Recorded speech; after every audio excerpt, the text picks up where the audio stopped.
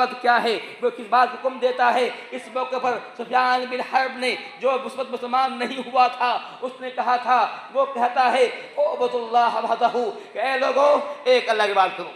इसकी दावत यही है, ये कहता है कि ए दुनिया वालों एक अल्लाह की बात करो, वही तेरा पालनहार है, वही तेरा राज़िक है, वही तेरा मुश्किल कुशा है, वही तेरा हाथ रवा है। आज ही की बात है, सुबह में एक मेरे पास सवाल आया था, सवाल ये आया था कि क्या अहले हदीस होना जन्नत में जाने काफ़ी है, जन्नत में जाने काफ़ी है। मैंने जवाब दिया कि कहा नहीं नहीं, अहले हदीस होना काफ़ी नहीं है।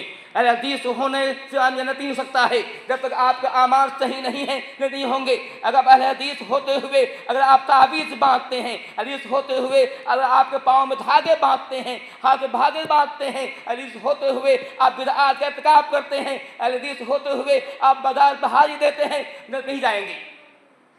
जन्नत जाने के लिए जो शर्त नहीं है, शर्त यह है कि आप मुवहिद हों, आप एक अल्लाह पे यकीन रखें, याद रखिए भाई अल्लाह ताला ही कादिर मुतलक है, वही औलाद देता है, वही बिगड़ी बनाता है, वही पैदा करता है, वही मुसीबत देता है, मुसीबत टालता भी वही है, वही सेहत देता है, वही मर्द देता है, मर्द देता है, वही बीमार भी करता है। जब आदमी बीमार होता है, घर के अंदर पड़ा हुआ है, घर में पड़ा हुआ है, रात का वक्त है, सन्नाटा है, ऊपर देख रहा है, ऊपर जो है छत पड़ा हुआ है, आसपास तो कोई नहीं है, उस वक्त वो पुकारता है ए अल्लाह मैं बीमार हूँ, तू ही सेवा देगा। और वो यकीन से पुकारता है, अल्लाह उस पुकार सुनता है, सेहत देता है। अल्लाह ताला के हाथ में चीज़ है। अगर कुछ में ये चीज़ है कि अल्लाह ताला को ही मानता है कि वही सेहत देने वाला है, कोई बिजनेस कर रहा है, व्यापार कर रहा है, रात में उठता है कहता है अल्लाह मैंने बिजनेस शुरू किया है, मैंने काम शुरू किया है, अल्लाह ताला मैं गरीब इंसान हूँ, मैं जानता हूँ तेरे कोई नहीं है कि मेरे हाथ पूरी सकता है, तू ही मैं मुसीबत निकाल सकता है। पूरी यकीन के साथ दुआ करता है अल्लाह तेरे साथ में हाथ, तेरे सामने हाथ बढ़ाए हुए हैं, अल्लाह ताला हमने जो काम शुरू किया है ये बरकत दे, इसमें हमें इतनी ताकत दे, इतना माल दे ताकि हम खुद भी खा सके, लोग खिला सके, हम गरीबों की मदद कर सके। ये आदमी आज हम दुआ करें, आज ये भी हमारी कमी है, हमने दुआ छोड़ दिया है, दुआ छोड़ दिया है। नमाज के बाद दुआ कबूल होती है, दो अजान के बीच दुआ कबूल होती है, मतलब कि अजान के बाद इकामत के बीच जो वक्त हुआ होता है दुआ कबूल हुआ करती है। इस दुआ करें, खासतौर से रात के वक्त जो है, रात के वक्त दुनिया सो रही हो उस वक्त जागिए, 3 बजे रात में, 2 बजे रात में जागिए, अल्लाह को मनाइए, अल्लाह से कह अल्लाह ताला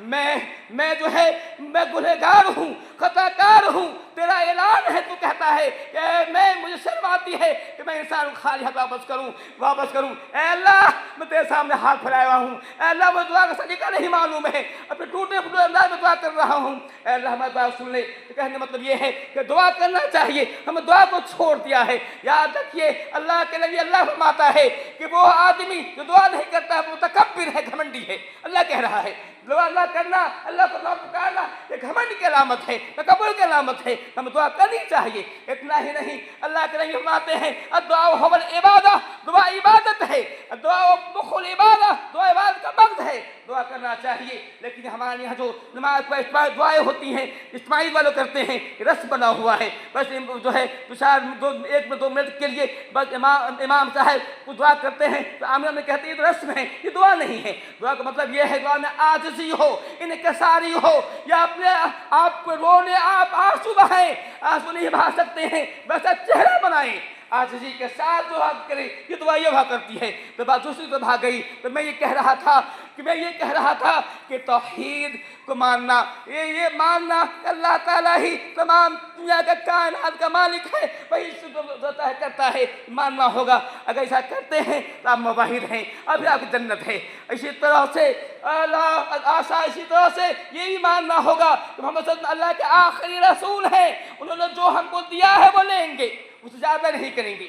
नबी ने जो किया है, जो सहाबा ने जो किया है बस हमारे काफ़ी है, उससे आगे नहीं बढ़ सकते हैं। उससे आगे बढ़ना वो हम कहना चाहते हैं कि मोहम्मद सल्लल्लाहु अलैहि वसल्लम ने दीन में कुछ कमी कर दी है, मोहम्मद सल्लल्लाहु अलैहि वसल्लम दीन को पूरा तबलीग नहीं किया है। अरे वो लोग जो मिलाद करते हैं, वो लोग जो कुरान खानी करते हैं, वो ये कहना चाहते हैं कि नबी ने दीन को सही तरह से नहीं पहुँचाया है, नबी ने दीन में कमी कर दी है, नबी ने दीन में जो है तखफीफ कर दी है, बढ़ाना चाहते हैं। ये कहना चाहते हैं नबी को नहीं मालूम था, हमें मालूम हो गया, हमने ये क्या है। नबी के ज़माने में क्या लोगों का इंतकाल नहीं हुआ है? क्या नबी के ज़माने लोग नहीं मरे हैं? क्या नबी के ज़माने लोगों ने घर नहीं बनाया है? क्या आपने कुरानखानी की है? ये बातें सोचने की है, तो बातें दूसरी भाग रही है। मेरा मौजू ये नहीं था, मैं ये कह रहा था कि अहले हदीस होना काफ़ी नहीं है। जब तक आपका आमान सही नहीं है, नमाज नहीं काम करते हैं, आप शिरकियात से नहीं बचते हैं, तौहीद नहीं अपनाते हैं, बिदअत से नहीं बचते हैं, सुन्नत को नहीं अपनाते हैं, आपका अमल काबिल कबूल नहीं होगा, जन्नत नहीं सकते हैं। तौहीद को पक्का कीजिए, तौहीद में थोड़ा भी कमी मत कीजिए। तौहीद में भी आज लोगों ने बहुत जो है घोटाला किया है, तौहीद में घोटाला किया गया है, तौहीद के अंदर जो है लोगों ने घोटाला किया है, तौहीद को लोगों ने बांट दिया है, कहा कि ये तौहीद फलाह का है, ये तौहीद फलाह का है, तौहीद फलाह का है। ऐ लोगों, मैं पढ़ता हूँ, मालूम होता है कि आज कुछ लोग हैं जो अबू मंसूर मातुरीदी की तौहीद को मानते हैं, कुछ लोग हैं जो अबुल हसन अशअरी की तौहीद को मानते हैं। नबी की तौहीद कहाँ गई? अबू सिद्दीक़ की तौहीद कहाँ गई? उमर फारूक की तौहीद कहाँ गई? वो कहाँ खो गए? उसको नहीं मानते हैं। ये अजीब बातें हैं, अजीब बातें हैं ये। तो मैं ये कह रहा था कि तौहीद को अपनाना होगा। तौहीद आपका सही है तो उम्मीद है जन्नत जाएंगे।